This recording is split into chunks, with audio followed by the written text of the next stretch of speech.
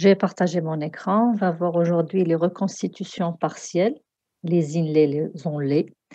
Dans le programme, ce cours est fait en 2 parties, c'est-à-dire les restaurations collées, les inlays, onlets, heu, collés et il y a les ancrages partiels en alliage, mais c'est la même chose, c'est-à-dire je préférais regrouper le même cours, reconstitution partielle inlay, onlets, coulés et collés, hein, parce qu'ils ont les mêmes indications et voilà, donc j'ai rassemblé les 2 cours en un seul cours. Voilà, donc on a dit qu'on allait voir les reconstitutions partielles, les inlays, les onlets, coulés et collés. Alors coulé, c'est-à-dire en alliage, c'est-à-dire que c'est métallique et collé, c'est-à-dire soit composite ou bien céramique. C'est ça, donc la différence entre coulé et collé, c'est le matériau avec lesquels ils sont réalisés. Alors, donc on va voir d'abord c'est quoi l'inlay. Alors, l'îlet se définit comme une pièce prothétique partielle. C'est une pièce prothétique partielle, elle n'est pas totale. Elle restaure une perte de substance dentaire intracuspidienne. Intracuspidienne. Elle n'est pas intracoronaire. Alors, regardez bien, elle est intracuspidienne. C'est au sein d'une même cuspide. L'onlay assure la restauration d'une perte de substance dentaire intracoronaire, intracoronaire, c'est pas intracuspidienne, donc c'est intracoronaire, incluant entre une et 3 cuspides. Et lorsque les 4 cuspides sont restaurées par une pièce prothétique, on dit que c'est un overlay. Alors sur les schémas, alors vous avez la différence entre l'inlay, l'onlay et l'overlay. Ils sont tous les 2, tous les 3, c'est des restaurations, partielles, c'est des pièces prothétiques partielles. L'inlay, il est intracuspidien, c'est-à-dire il ne touche que l'intérieur d'une cuspide. Quand c'est plus grand, c'est plus étendu, c'est un long lait. Long lait, il touche 1 à 3 cuspides et l'overlay, il touche, les 4 cuspides d'une dent. D'une dent, cuspidée, bien sûr. Ils sont en alliage coulé, en résine composite ou bien en céramique. Alors, vous allez mieux comprendre. Alors, regardez sur ce schéma, j'ai l'image d'un inlay. Alors, l'inlay, regardez la flèche où par l'inlay, il est intracuspidien. Il ne touche pas la pointe cuspidienne, là, c'est pas toute la cuspide qui est touchée. Il est intracuspidien. L'onlay, regardez, il touche toute la cuspide. Même la pointe, toute la cuspide, elle est touchée par l'onlay. Voilà, donc la différence entre l'inlay et l'onlay. Et lorsque les 4 cuspides sont touchées, alors là, regardez, l'inlay, c'est 3, j'ai 3 cuspides. Si c'était plus étendu, j'aurais parlé d'un overlay. Voilà. Alors hado, c'est l'image, d'avant, c'était en céramique et là, regardez, ça peut se faire en alliage, ça fait en alliage métallique, voilà et ça peut se faire en or. Avant, ils le faisaient en or, maintenant, ça y est, on fait plus d'or, c'est révolu, ça y est. Donc toujours sur le schéma, alors le premier, le 1B, c'est un inlay en or, il est intracuspidien. Et sur le 2B, alors regardez même pour la taille, ça ressemblait un petit peu à une, cavité de classe, de blague et sur la photo de 2A, donc la préparation et là, vous avez un inlay en or, donc il touche, toute la cuspide, qui est concernée. Ce n'est pas qu'une partie de la cuspide. Voilà, ça c'était pour la définition. Maintenant l'indication. Indication des inlays, l'indication des onlets. Les inlays, donc ils sont petits, ils restaurent, c'est des restaurations de choix pour les dents vivantes postérieures, vivantes, hein, parce qu'ils ne touchent qu'une partie de la cuspide, intracuspidien, présentant des caries occlusales, cervicales et proximales. En cas de fracture fermée d'un bord ou d'un angle des incisives, fermée, c'est pas une fracture ouverte, support d'appui occlusaux ou d'attachement aux prothèses partielles, bien sûr métalliques. Alors parfois, c'est un petit peu comme comment dire? Les amalgames que vous faites en OC. C'est à peu près, mais هادو c'est pas un amalgame, c'est des restaurations, c'est des pièces prothétiques. C'est des pièces prothétiques qu'on réalise, au laboratoire. C'est-à-dire on fait une préparation, on prend une empreinte, on les fait et on les scelle ou bien on les colle. Ils sont pas comme heu, le, pas le composite, ah là là, c'est pas comme, en OC donc ils sont pas foulés, voilà, à l'intérieur de la dent. C'est une pièce prothétique entière qui est collée ou scellée à la dent. Et bien sûr, il est indiqué l'inlay dans le cas d'une bonne hygiène, buccale. Voilà. Les indications des onlets, c'est pour économiser les tissus sains de la dent au lieu de la couronner entièrement. Donc on a dit que notre objectif, c'est toujours d'être économe de tissu dentaire. Lorsque le volume pulpaire doit permettre l'extension en profondeur de la préparation pour, des rainures et des puits, parce que parfois ça nécessite un peu plus de rétention. Donc on doit dans certains cas préparer des rainures ou bien des puits pour augmenter la rétention. Si la couronne de la dent est haute, l'onlet sera rétentif et si la couronne est courte, la rétention est amoindrie. Bon, ça c'est un principe en prothèse conjointe, on l'a déjà vu. Plus la couronne est haute, plus l'élément prothétique est rétentif. L'onlet peut être utilisé aussi comme pilier de bridge de courte portée, hein, jamais de moyenne ou de grande portée. Ça, je l'ai déjà dit dans mes premiers cours. Lorsqu'il y a une seule dent qui est absente, je peux prendre appui sur une couronnée d'un côté toute la dent et de l'autre côté, s'il y a une cavité de carie, par exemple proximale, je peux réaliser un onlet c'est-à-dire pour ne pas avoir un bridge en extension, un bridge cantilever. Donc je traite la carie, en même temps, je prends appui et je ne couronne pas toute la dent. Je n'exploite que la partie qui est, touchée par la carie et donc je réalise un onlet d'un côté de la dent là où c'est touché. Voilà, l'onlet peut être utilisé comme pilier de bridge, donc de courte portée et lorsque bien sûr le parodontie est sain et l'hygiène bucco-dentaire est satisfaisante. Maintenant pour les contre-indications, bien sûr dans tous les cas lorsque l'hygiène buccale est insuffisante, que ce soit pour les onlets, les inlays ou bien les overlays, les inlays en alliage coulé, c'est-à-dire en or, sont contre-indiqués lorsque la hauteur, le volume de la dent et la taille de la cavité sont insuffisants parce qu'ils seront pas rétentifs. Mais actuellement, donc, comme je vous ai déjà dit que les alliages coulés, donc l'or n'est plus vraiment utilisé. On a actuellement, donc, grâce aux possibilités offertes par la céramique, ce problème ne se pose plus. C'est-à-dire, même si la dent est courte, la céramique, elle est collée, donc on peut dépasser ce problème. La contre-indication formelle, c'est lorsque il y a une parafonction, donc le bruxisme, lorsqu'il y a une usure excessive de la denture. Donc dans ce cas, la contre-indication de réaliser une reconstitution partielle. Les avantages de ces reconstitutions partielles, traditionnellement, donc l'or était considéré comme un matériau idéal pour l'inlay et l'onlay. À la fois, il est mou et résistant. Les résines composites et les céramiques ont un excellent pouvoir de reproduction de la teinte, donc elles sont très esthétiques, ça ne se voit même pas en bouche. Possibilité de collage au tissu dentaire, donc ça facilite le travail du dentiste. Adhérence à la dentine et à l'émail, remplace la substance dentaire et renforce en même temps la dent restaurée. Et la rigidité et la résistance est égale ou supérieure à celle des dents saines lorsqu'elle est faite en composite. Les inconvénients, risque de mortification pulpaire, hein. Lorsque vous faites une cavité, la cavité elle peut être profonde et dans ce cas, on risque même avec les matériaux d'adhésion, ils peuvent aussi créer une mortification pulpaire. La réalisation donc est longue et c'est très précis, donc c'est fin comme travail.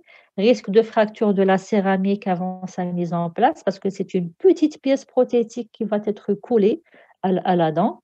Risque d'abrasion des dents antagonistes lorsqu'elle est en céramique parce que vous savez que la céramique, elle est très dure et c'est pour ça qu'elle est contre-indiquée lorsque l'occlusion est serrée, lorsqu'il y a un bruxisme, parce que la céramique, elle est dure, je risque d'abraser, de créer une abrasion sur les dents antagonistes puisque l'émail est plus fragile, disons, que la céramique du point de vue abrasion.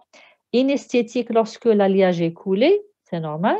Lorsque la restauration elle est coûteuse, donc des patients qui ne peuvent pas se procurer ce type de restauration. Et le choix du matériau dépend de la largeur de la cavité. Si elle est supérieure à 2 millimètres, on préfère travailler avec la céramique. Si elle est inférieure à 2 millimètres, on peut utiliser la résine composite, mais de préférence la céramique qui est beaucoup plus esthétique. La préparation maintenant pour comment réaliser ces inlays. La préparation, donc la cavité d'inlay en métal coulé. Ça, vous avez déjà vu ça en OC. La taille respecte les principes de Black et s'étend en tissu sain pour obtenir une rétention par friction, c'est-à-dire par collage. Pardon, par friction, c'est-à-dire par contact. Cette taille exige une extension prophylactique pour éviter les récidives de caries à la jonction inlay-émail. Comme je vous ai dit, comme vous avez l'habitude de faire en OC, faire une extension prophylactique, enlever toute la carie, tous les tissus infectés. Pour ce problème et celui de l'esthétique, les inlays et les onlays en métal coulé sont pratiquement abandonnés parce qu'il faut faire une grande cavité, donc une extension prophylaxique importante et ça nécessite une taille importante et donc ils sont abandonnés en métal coulé, les inlays onlays en métal coulé. Voilà, donc c'est un inlay en or. Bon, il se faisait avant. Vous avez un amalgame là sur la 7.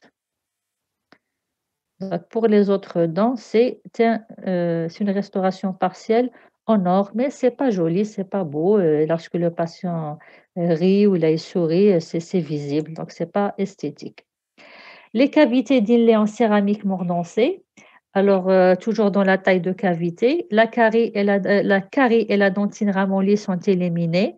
La forme de cavité, alors ces restaurations partielles on les réalise sur des dents atteintes de carie. Une dent saine, je ne vais pas réaliser un inlay dessus. C'est-à-dire, pourquoi je vais l'utiliser? Pourquoi faire un inlay?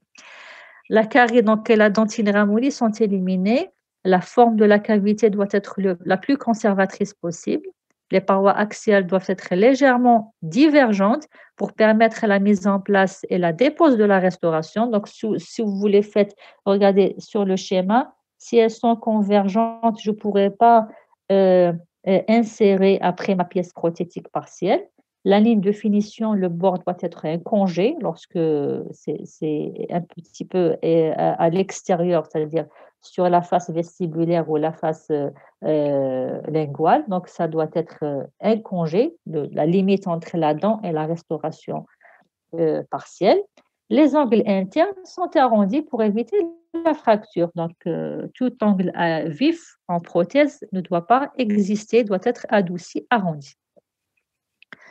Pour les inlays de classe 2 et 3, au niveau des molaires, il faut limiter la cavité à la dimension de la carie. Les parois vestibulaires et linguales sont aplaties pour éliminer les contre-dépouilles et permettre la mise en place de la restauration. Pour la classe 3, la même que pour la cavité classique, cavité de 3 classique, et la forme de contour est limitée par l'étendue latérale de la carie. Donc, c'est à peu près les principes que vous avez vus en OC. Les inlays de la classe 4, la ligne de fracture est régularisée perpendiculairement, parce que généralement, c'est suite à une fracture pour la classe 4 qu'on réalise ce genre de restauration. La ligne de fracture est régularisée perpendiculairement aux faces linguales et vestibulaires de la dent et la limite vestibulaire est biseautée sur tout le long. Pour la classe 5, donc l'îlet, ces cavités possèdent un problème de rétention, de l'obturation, qui est actuellement réglé par les composites et bien sûr la céramique, parce que c'est qu'avec les matériaux de collage, la rétention est meilleure. Alors l'enlait en alliage coulé, en or ou en métal, est réalisé sur les faces palatines des dents en s'ancrant sur les rainures ou des puits taillés dans l'émail et la denture. On a dit pour augmenter la rétention. Une facette en céramique, on va voir après à la fin, une facette en céramique, c'est un enlait. Elle peut être réalisée sur la face vestibulaire pour renforcer une dent et améliorer la teinte. Alors, je vais revenir à la facette dentaire. Vous avez tous entendu parler de facette, elle est considérée comme un onlet. Donc la facette dentaire est un artifice prothétique de fine épaisseur collé à l'émail et destiné à corriger la teinte, la position ou bien la forme d'une dent. Il est en céramique ou en composite, mais maintenant c'est en céramique qu'on le fait. Alors des fois vous avez des dyschromies, des teintes, dyschromie c'est-à-dire perte de la teinte, hein, des coloration de la dent, ou bien que lorsqu'il y a par exemple un diastème, qu'on veut augmenter la largeur de cette dent. Et dans ce cas, on réalise une facette dentaire. Généralement, elles sont, on a dit soit en céramique ou en composite, mais maintenant on les fait en céramique. Donc, elles sont indiquées pour améliorer l'esthétique, dyschromie, fluorose, défaut superficiel de l'émail, pour corriger la morphologie dentaire, lorsqu'il y a une dysplasie, une hypoplasie des dents antérieures, ou comme indication pour allonger les couronnes cliniques. Parfois, vous avez besoin de faire une élongation et après donc réaliser une facette pour corriger la position ou l'alignement des dents, pour fermer par exemple un diastème interdentaire disgracieux petit, hein, peut pas, le patient s'il a une centrale disons de 5 millimètres, 7 millimètres de largeur, vous n'allez pas lui mettre doubler ce cette dimension, hein, avec une facette. C'est-à-dire, elle règle les petits espaces. On ne va pas régler un grand diastème avec une facette. Elle est indiquée pour remplacer les tissus dentaires perdus lorsqu'il y a une érosion, lorsqu'il y a une abrasion. Donc elle est utilisée généralement pour l'esthétique et pour restaurer les pertes de substances consécutives à des caries sur les dents, bien sûr, antérieures. Les facettes sont contre-indiquées lorsqu'il y a une quantité insuffisante qui est inférieure à 50% de la face vestibulaire ou la qualité inadéquate de l'émail, c'est-à-dire l'émail. Je vous ai dit que cette céramique, cette facette, elle est collée à l'émail. Donc, si l'émail est de mauvaise qualité, s'il s'effrite, dans ce cas, s'il s'effrite, c'est-à-dire يتفتت, dans ce cas, on ne peut pas coller dessus une facette, sinon ça va s'effriter aussi. Donc, il faut une bonne qualité de l'émail pour assurer le collage de la céramique. Elle est contre-indiquée lorsqu'il y a des préparations profondes sous-gingivales, lorsqu'on va aller sous la gencive, donc ça ne peut pas se faire. Lorsqu'il y a une impossibilité de masquer de manière insuffisante les dyschromies marquées des tissus dentaires durs, c'est-à-dire, dans ce cas, il faut couronner la dent. La facette seule ne suffit pas, il faut peut-être couronner toute la dent si la dyschromie, elle est importante. Elle est contre-indiquée lorsque les espaces sont très larges entre les dents, donc comme je vous ai dit tout à l'heure, lorsque le diastème est très important. Lorsque le patient présente une parafonction marquée, donc un bruxisme et un grincement, parce que si le patient bruxe, pardon, il risque de vous décoller facilement cette facette. Avec friction des dents supérieures et inférieures, talaf d'un coup, d'un mouvement, il peut vous faire sauter votre facette et même si vous recollez après, on aura le même problème. Donc, elle est contre-indiquée en cas de parafonction. Lorsqu'il y a un défaut peu important, donc lorsqu'on peut éviter de faire, cette préparation, on la fait. Il y a d'autres traitements pour traiter les dyschromies légères, d'autres traitements pour ça.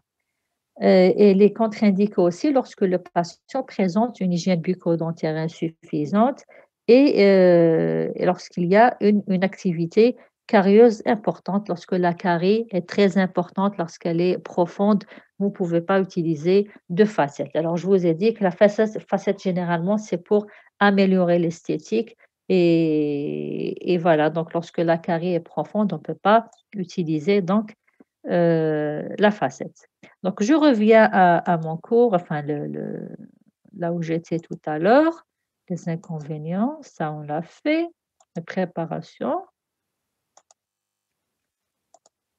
Alors, voilà, j'étais là, on l'est, donc une facette en céramique, vous avez vu c'était quoi, peut être réalisée sur la face vestibulaire pour renforcer une dent et améliorer la teinte. Alors, la facette, c'est juste pour la facette sur la face vestibulaire. Je peux pas la faire sur une face linguale parce que son but, c'est une facette, c'est une vitrine. Il faut qu'elle améliore son rôle est d'améliorer l'esthétique, la teinte. Les techniques d'empreinte maintenant pour, les inlays, les onlays, les overlays.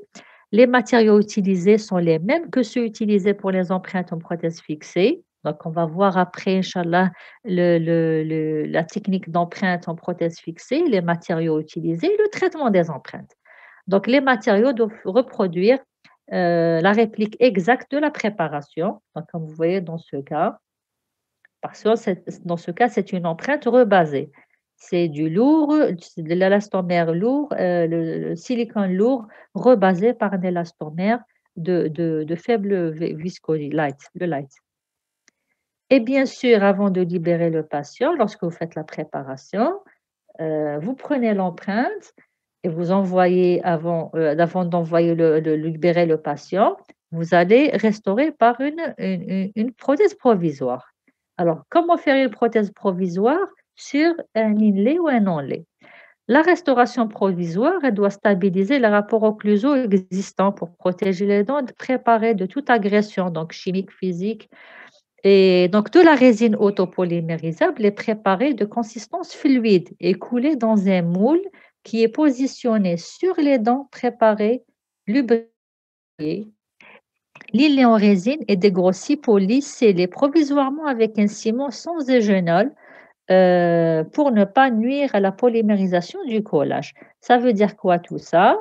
Voilà, ça veut dire que, par exemple, avant de commencer la taille, je réalise une empreinte comme ça à l'alginate ou avec un silicone lourd. Hein, vous voyez une empreinte, c'est-à-dire une petite clé. Elle ne touche que le segment, c'est-à-dire la dent concernée par l'inlay et les deux dents voisines. C'est une petite clé. Ça, on appelle ça clé, une petite empreinte. Soit avec un porte-empreinte donc de série où vous garnissez juste la partie qui est le segment de l'arcade qui est concerné par l'inlay, ou bien vous faites avec du silicone lourd. Donc une empreinte avant de commencer la préparation. Vous enlevez, allez vous laissez de côté, vous faites votre préparation, votre taille. Après, la même empreinte, donc regardez l'intrado, vous mettez de la résine auto dedans, alors l'image l'image inférieure. Donc vous chargez avec, une résine autopolymérisable, bon spéciale, hein, pour la cavité buccale et vous remettez en place sur le patient et vous attendez la prise de la résine auto. Comme ça, vous aurez c'est ce qu'on appelle, un isomoulage. Donc vous avez votre provisoire, votre petite prothèse, provisoire en résine, qui est après collée, provisoirement avec un ciment sans eugénol. J'ai dit parce qu'il peut nuire à la polymérisation, pardon, avec un ciment sans eugénol, parce qu'il peut nuire à la polymérisation du collage. Et vous envoyez entre-temps, C'est-à-dire, vous libérez votre patient, vous envoyez la pièce prothétique, au laboratoire pour qu'elle soit réalisée définitivement. Voilà, هذه c'est pour l'élimination des excès de résine de tout à l'heure, donc de la prothèse provisoire. Finition, donc je dégrossis parce que je vais avoir des petites bavures. C'est provisoire en ciment de scellement, donc sans eugénol. Elle a été scellée en bouche. Le patient a été libéré. Après, lorsqu'il revient, à la fin, je pose mon onlait définitif, soit il est coulé ou bien il est collé, plutôt coulé ou bien collé.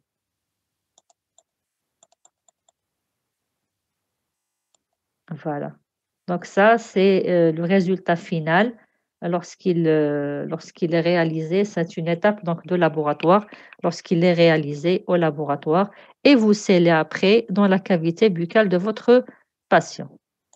C'est compris? Oui, Oui, madame, madame, j'ai compris. Très bien. Voilà, donc je vous remercie. Donc c'était un petit cours là, les inlays, les onlets. Voilà, et les facettes en céramique, donc j'ai rajouté fait une petite parenthèse sur les facettes dentaires. Voilà, donc je vous remercie, à la prochaine fois, inch'Allah.